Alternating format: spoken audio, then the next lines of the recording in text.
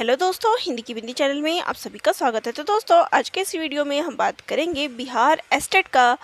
आज से paper start हो चुका है, तो इसमें किस प्रकार के प्रश्न जो है पूछे गए थे, इस पर मैं चर्चा करूंगी। तो आप सभी देख सकते हैं कि आज का बिहार एस्टेट का पेपर कैसा गया था, किस प्रकार के प्रश्न उसमें पूछे गए थे, ताकि अब जो आपकी परीक्षा शुरू हो गई है उसमें किस प्रकार के प्रश्न पूछे जा सकते हैं।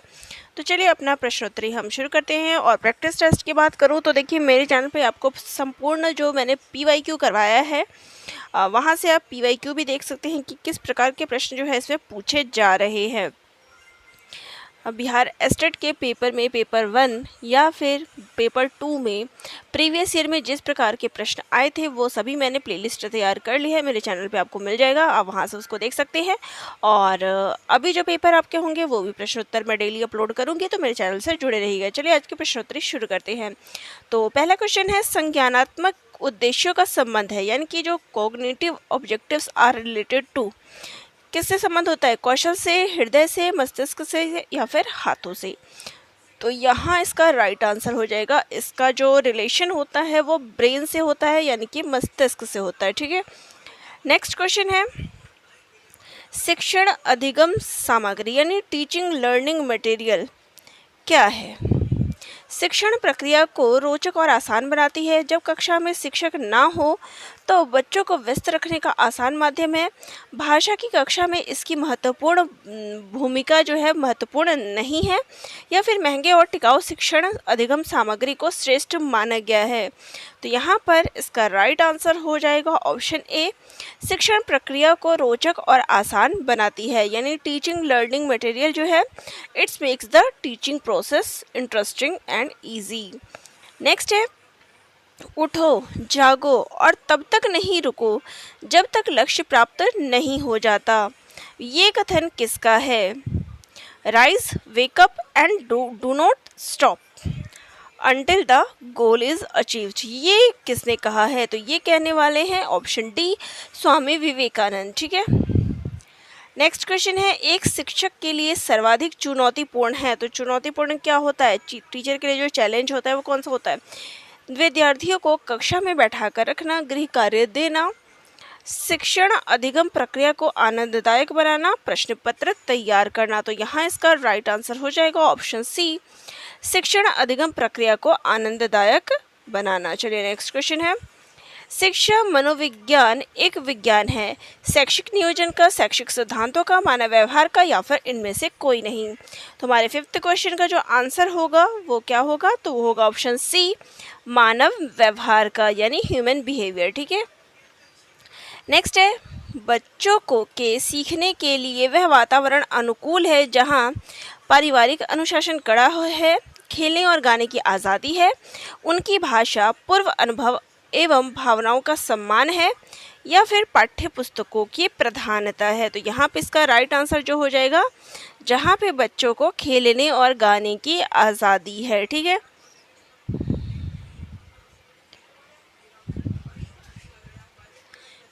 ठीक है, चलिए नेक्स्ट क्वेश्चन है हमारा, वातावरण के अनुसार स्वयं को ढालना है। तो स्वयं को जब हम वातावरण के अनुसार ढाल लेते हैं तो ये प्रक्रिया क्या कहलाती है?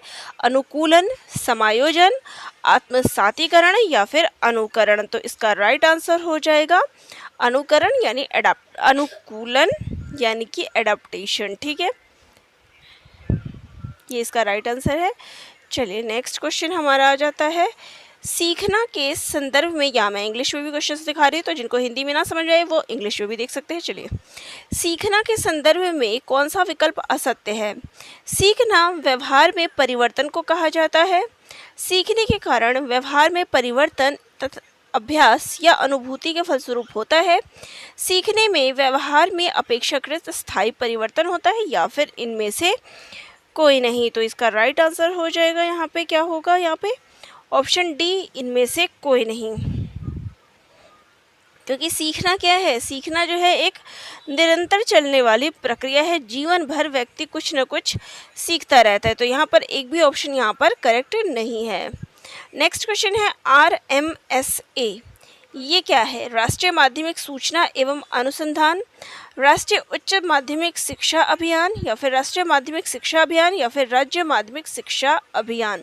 इन चारों में से इसका राइट आंसर क्या हो जाएगा? तो इसका राइट आंसर हो जाएगा ऑप्शन सी, राष्ट्रीय माध्यमिक शिक्षा अभियान, RMSA, यानी कि राष्ट्रीय माध्यमिक शिक्षा अभियान, ये इसका फुल फॉर्म है। ठीक है, चलिए नेक्स्ट है CCE का तात्पर्य है cluster centre for evaluation, curriculum and evaluation counselling, continuous and comprehensive evaluation, या फिर इनमें से कोई नहीं।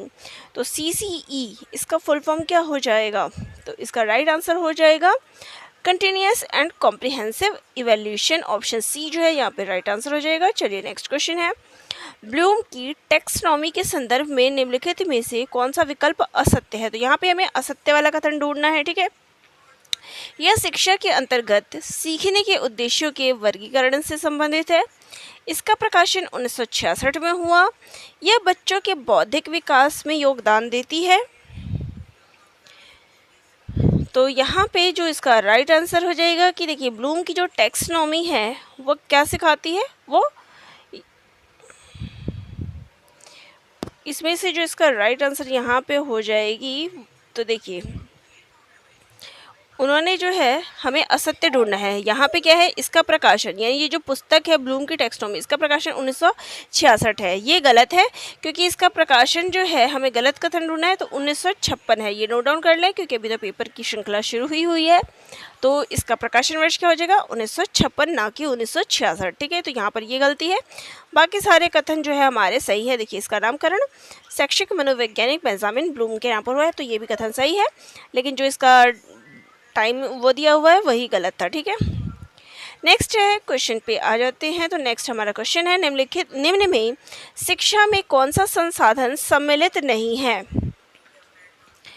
भूजल संसाधन, वित्तीय संसाधन, मानव संसाधन, या फिर सामग्री संबंधी संसाधन। तो 12 नंबर के क्वेश्चन का क्या आंसर है? तो इसका आंसर हो जाएगा भूजल संसाधन। ठीक है,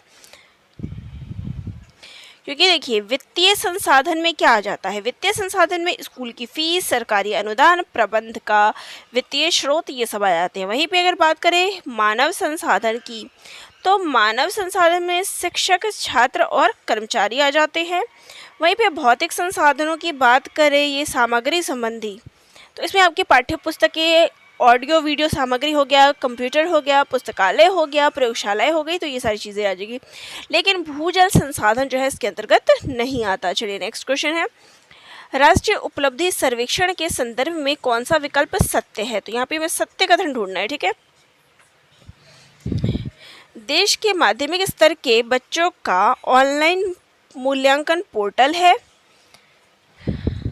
विद्यालयों में शिक्षा के स्तर का पता लगाने के लिए मानव संसाधन एवं विकास मंत्रालय द्वारा आयोजित एक राष्ट्रीय कार्यक्रम है, राष्ट्रीय प्रतिभा खोज और मेधा छात्रवृत्ति से जुड़ा कार्यक्रम है, या फिर इनमें से सभी विकल्प सत्य है। तो यहाँ पे इसका राइट आंसर क्या हो जाएगा? ऑप्शन बी, विद्यालयों में शिक्षा के स्तर का पता लगाने के लिए मानव संसाधन एवं विकास मंत्रालय द्वारा आयोजित एक राष्ट्रीय कार्यक्रम है, ये राष्ट्रीय उपलब्धि सर्वेक्षण। ठीक है,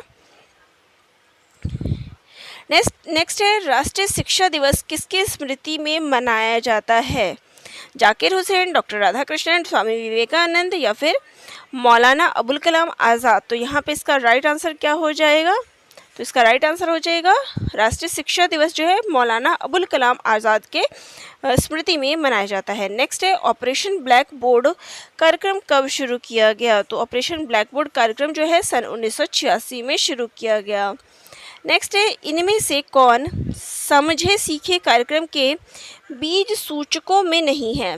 विद्यालय समय से शुरू एवं बंद, कक्षा 1 के लिए विशिष्ट रूप से निर्धारित पूर्णकालिक शिक्षक, बच्चों का सिर्फ लिखित आकलन, अंतिम घंटी में खेल कूद, कला एवं सांस्कृतिक गतिविधियां। तो यहाँ पे इसका राइट आंसर क्या हो जाएगा? तो राइट आंसर हो जाएगा ऑप्शन सी, बच्चों का सिर्फ लिखित आकलन। ये जो है समझे सीखे कार्यक्रम में नहीं आएगा। ठीक है,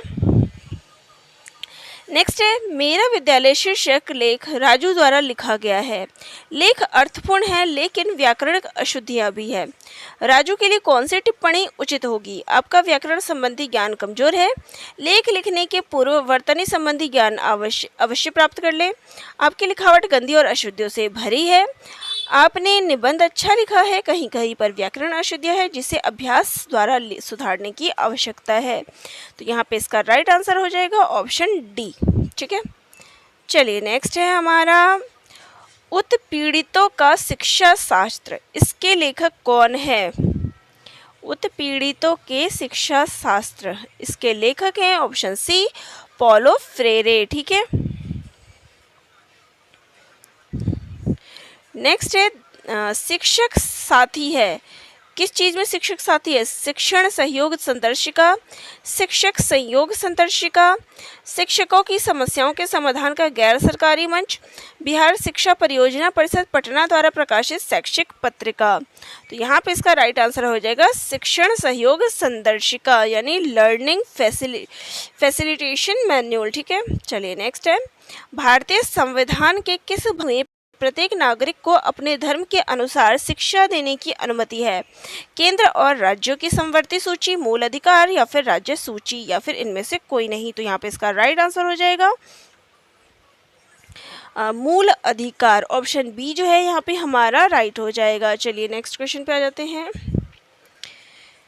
नेक्स्ट, निम्नलिखित में से कौन सामाजिकरण का सक्रिय एजेंसी यानी माध्यम नहीं है? परिवार, विद्यालय, रेलवे स्टेशन या फिर धार्मिक संस्था? तो यहाँ पे इसका राइट आंसर हो जाएगा रेलवे स्टेशन। ठीक है, नेक्स्ट है, इनमें से कौन आकलन के मूलभूत तरीके में शामिल नहीं है? व्यक्तिगत आकलन, सामूहिक आकलन, सहपाठियों द्वारा आकलन या फिर शिक्षकों द्वारा आकलन? तो यहाँ पे इसका राइट आंसर हो जाएगा शिक्षकों द्वारा आकलन,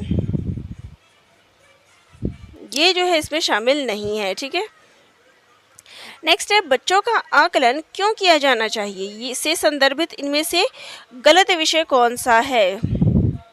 अब बच्चों का आकलन भाई क्यों जरूरी है? बच्चे की व्यक्तिगत और विशेष जरूरतों को पहचानना, कक्षा में चल रही सीखने सिखाने की प्रक्रिया को बेहतर बनाना, बच्चों को प्रोत्साहित राशि प्रदान करने हेतु उपयुक्त बच्चे की पहचान करना, बच्चे में आकलन के प्रति व्याप्त भय को दूर कराना और स्व आकलन के लिए प्रोत्साहित करना।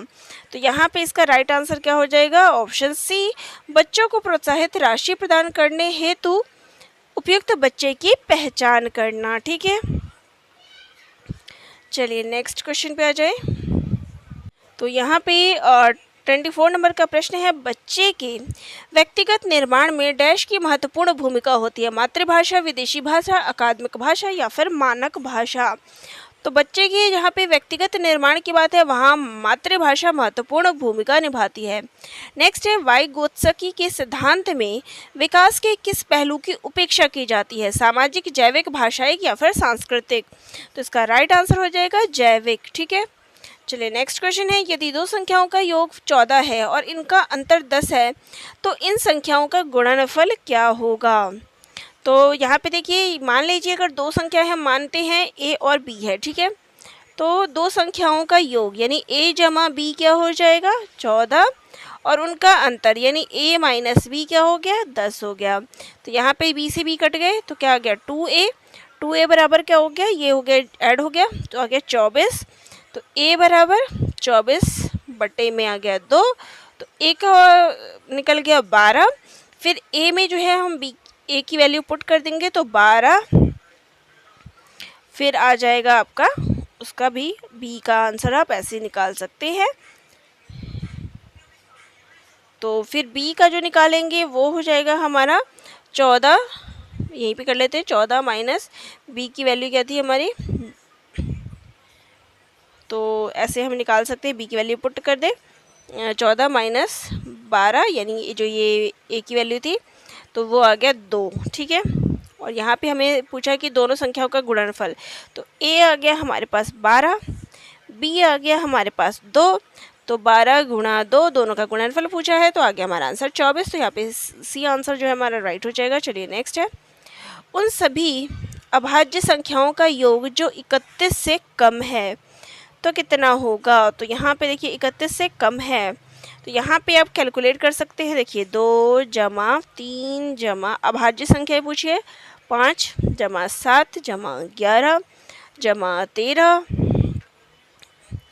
13 प्लस 17, 17 प्लस 19, 19 प्लस 23 और 23 प्लस 29, 29 उसके बाद इसे बोला है 31 से कम, तो 29 तक ही आएगा। और इन सबको जब ऐड करेंगे तो आ जाएगा 129। ठीक है।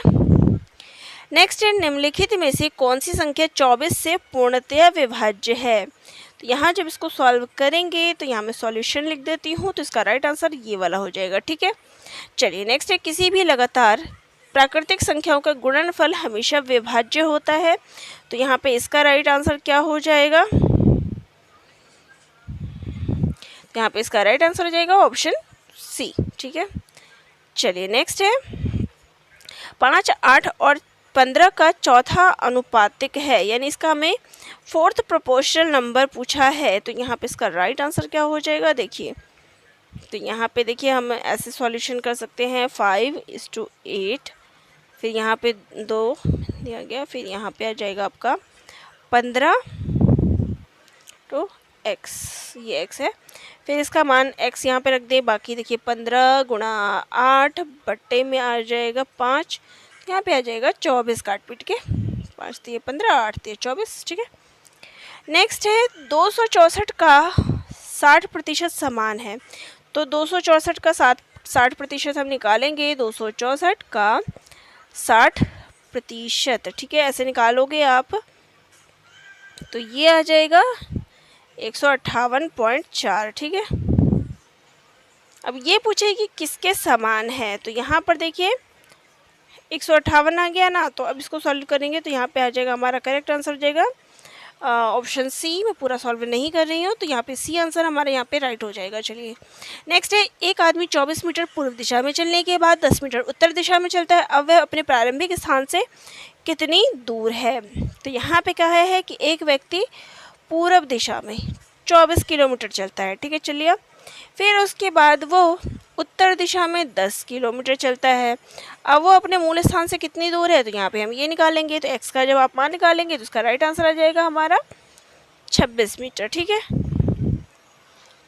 नेक्स्ट है, एक आदमी 1400 रुपये में एक साइकिल खरीदता है। ठीक है, और इसे 15% की हानि पर बेच देता है। साइकिल का विक्रय मूल्य ज्ञात कीजिए।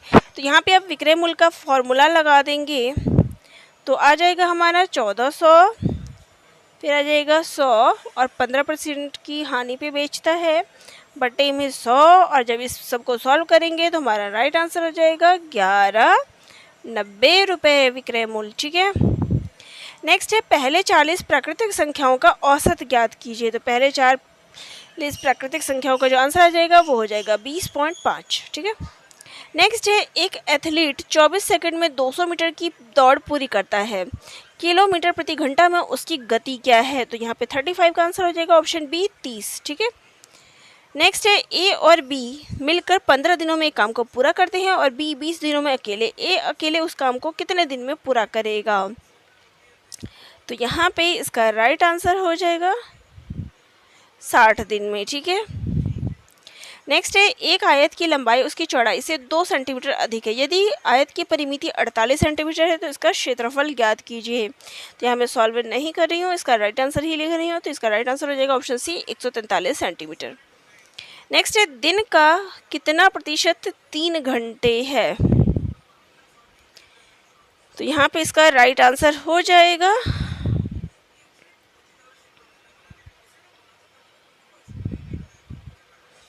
इनमें से कोई नहीं, क्योंकि इसका राइट आंसर जो आ जाएगा वो हो जाएगा 12.5%, जो ऑप्शन में नहीं है। नेक्स्ट है, एक घन में कितनी सतहें होती है। तो एक घन में जो है 6 सतह होती है। ठीक है। नेक्स्ट है, 4500 रुपये का कितने सालाना ब्याज की दर से 3 वर्षों में 5715 रुपया हो जाएगा। तो यहाँ पे इसका राइट आंसर है 9%। ठीक है। फिर यहाँ पे आपको पूछा गया है कि दिए गए विकल्पों में से विषम अक्षर कौन सा है। तो यहाँ पे इसका राइट आंसर हो जाएगा ANBP। ये जो है विषम है, बाकी सारे क्या है सम है। ठीक है। फिर नेक्स्ट है, नीचे दिए गए आरेख द्वारा संघों की सदस्यता प्रदर्शित की गई है। की गई किस भाग में 3 संघों के सदस्य हैं? तो यहाँ पे इसका राइट आंसर हो जाएगा, देखिए, तो यहाँ पे जिसका राइट आंसर हो जाएगा वो हो जाएगा हमारा 7। ठीक है, अब ये जो क्वेश्चन है देख लीजिए, ये ना ऐसे सर्कल बनाया हुआ है, 6 जो है वो कॉमन आया हुआ है, ऐसे आया हुआ है, और फिर हमारा ऐसे 7 आया हुआ है। ठीक है, फिर है कि कैट को एक कूट भाषा में ये लिखा जाता है, तो नवीन को उस कूट भाषा में क्या लिखा जाएगा? तो इसका राइट आंसर हो जाएगा ये। फिर है यहाँ पे अगला क्वेश्चन है, एक पंक्ति में राम का क्रमांक दोनों ओर से 5वां है, तो पंक्ति में कुल कितने लोग हैं? तो यहाँ पे इसका राइट आंसर हो जाएगा 9। ठीक है, नेक्स्ट है, यहाँ पे दी गई आकृति में कुल कितने त्रिभुज है? तो यहाँ पे आपको खोजना है, तो यहाँ पे 12 जो है इसमें त्रिभुज है। ठीक है, फिर है उचित संख्या भरकर श्रृंखला पूरा करें, तो यहाँ पे आपको सीरीज दी गई है, देखिए यहाँ पे 3 के बाद 4, 4 के बाद 5 आया, 5 के बाद 6 आया। ठीक है, वहीं पे 1 2 1 आया, फिर 2 आया, 2 का दुगना आया 4, तो यहाँ पे क्या आएगा? तो यहाँ पे देखिए, तो 4 से 2 आगे चलेंगे, तो यहाँ पे इसका राइट आंसर हो जाएगा 7। ठीक है, क्योंकि यहाँ पे 1 आगे गया है, फिर यहाँ पे 2 आगे गया है, तो यहाँ पे 3 आगे जाएगा। ठीक है, फिर यहाँ पे जो है सीरीज को आपको पूरा करना है, यहाँ पे क्या आएगा? तो यहाँ पे आएगा 13। ठीक है, नेक्स्ट है, यदि दक्षिण पश्चिम उत्तर हो जाता है तो उत्तर पूर्व क्या होगा? तो यहाँ पे इसका राइट आंसर हो जाएगा दक्षिण। फिर है, विचार का जो संबंध मस्तिष्क से है, बादल का वही संबंध किससे है? तो बादल का वही संबंध जो है आसमान से है। विचार कहाँ से आते हैं? दिमाग में, मस्तिष्क में आते हैं, तो वहीं पे बादल कहाँ में आते हैं? आसमान में आते हैं। ठीक है, फिर यहाँ पे क्वेश्चन है, यहाँ पे भी आपको श्रृंखला पूरी करनी है, तो यहाँ पे इसका राइट आंसर देखिए 9 11 फिर 8 है, फिर 8 6 13 है, फिर 162 174, और फिर यहाँ पे क्या आएगा? तो यहाँ पे जो इसका राइट आंसर हो जाएगा वो हो जाएगा 254। तो ये थी आज की प्रश्नोत्तरी जो कि आज के पेपर में पूछा गया था। तो यही कोशिश रहेगी कि जितने भी ज़्यादा प्रश्न इस परीक्षा में पूछे जा रहे हैं आप सभी से मैं डिस्कस करती रहूँ, ताकि आपकी तैयारी परीक्षा से पहले बेहतर हो सके। तो आज की प्रश्नोत्तरी आपको अच्छी लगी हो कि मैंने पेपर डिस्कस किया, तो वीडियो लाइक कर दीजिएगा, शेयर कर दीजिएगा, सब्सक्राइब कर दीजिएगा, या कोई डाउट हो तो कमेंट कर दीजिएगा।